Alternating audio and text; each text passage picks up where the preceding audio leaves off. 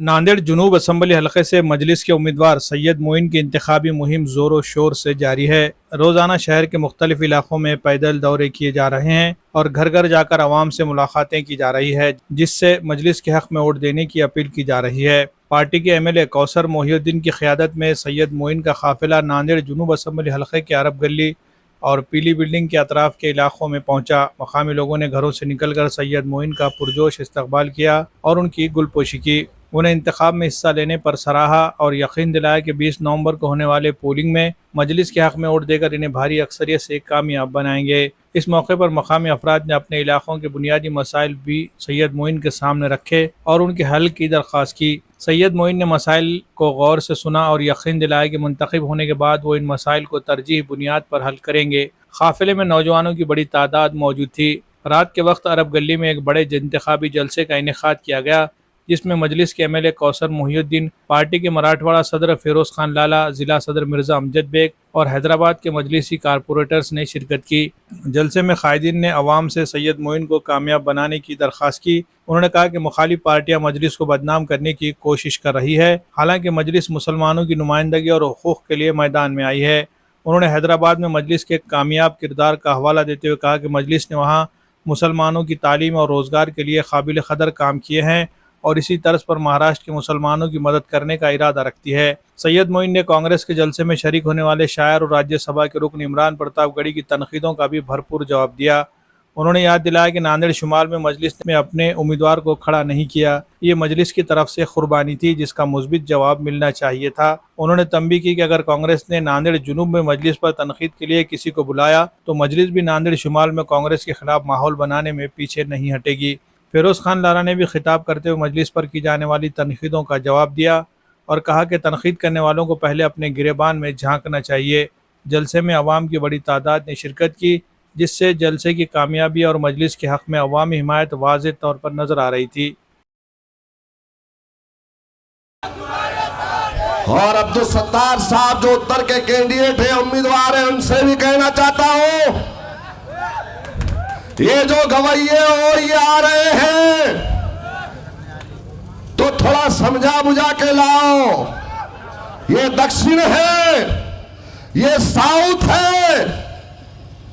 यहां पे आके बोल रहा है स्किड और उसके हाथ में क्या क्या। अरे हम अगर बोलना शुरू करूंगा तो उत्तर में सिर्फ एक जलसा काफी हो जाएगा मेरा। सही बोलो गलत बोलो, सही कह रहा हूं गलत कह रहा हूं।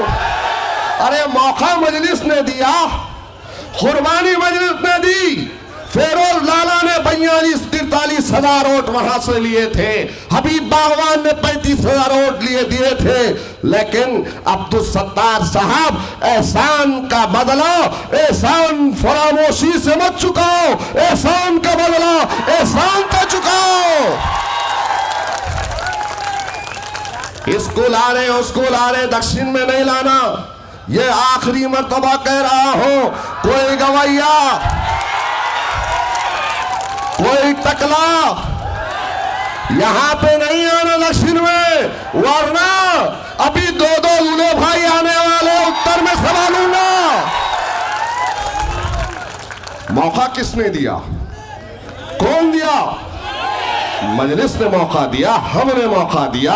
तो एहसान का बदला तो एहसान से चुकाओ ना, हमको मजबूर मत करो।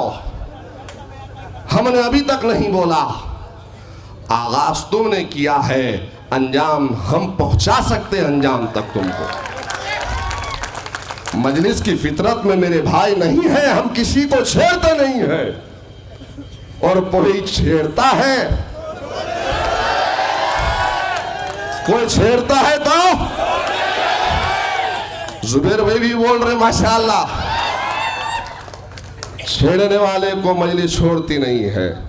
एक महीना पहले मेरे नबी हजरत मोहम्मद मुस्तफ़ा सल्लल्लाहु अलैहि वसल्लम की गुस्ताखी में इन तमाम ने दरिंदाओं ने कुछ किया, बातें की, तो ये बड़े बड़े बातें करने वाला, चंद पैसों पर बिककर हमारी कौम के अंदर दरार पैदा करने वाला ये कानों को खुश करने वाले दलाल से पूछना चाहता हूं, वो हिंदुस्तान का कांग्रेस का माइनॉरिटी का प्रेसिडेंट है, वो कहाँ चले गया था, कहाँ घूम गया था, किस गवी में बैठ गया था? अगर हिंदुस्तान के अंदर, हिंदुस्तान की हर शहर के अंदर, हर रियासत के अंदर उनके खिलाफ में मुजामे अगर एहतजाज करते हैं तो आपकी जमात, मेरी जमात के सदर हर जगह पर, हर शहर के अंदर हर नौजवान निकल कर उन दरिंदों के खिलाफ में एहतजाज करते हैं।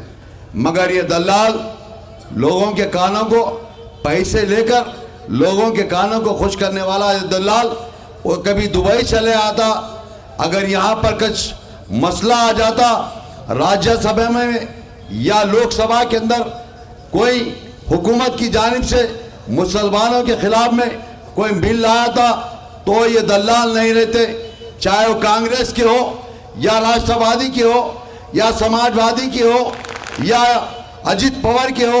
इन तमाम कांग्रेस के जो मुसलमान मेंबर ऑफ पार्लियामेंट अपने आप को सेकुलर बताने वाले कोई नहीं रहते। ओवैसी साहब के ताल्लुक से क्या क्या कहा जा रहा है? आज ये फिरका परस्त और ये फर्जी सेकुलरों को इलेक्शन इंतखाबात आए कि हैदराबाद के दोनों दूल्हे भी याद आते, उनके बारे में तनकीद करना।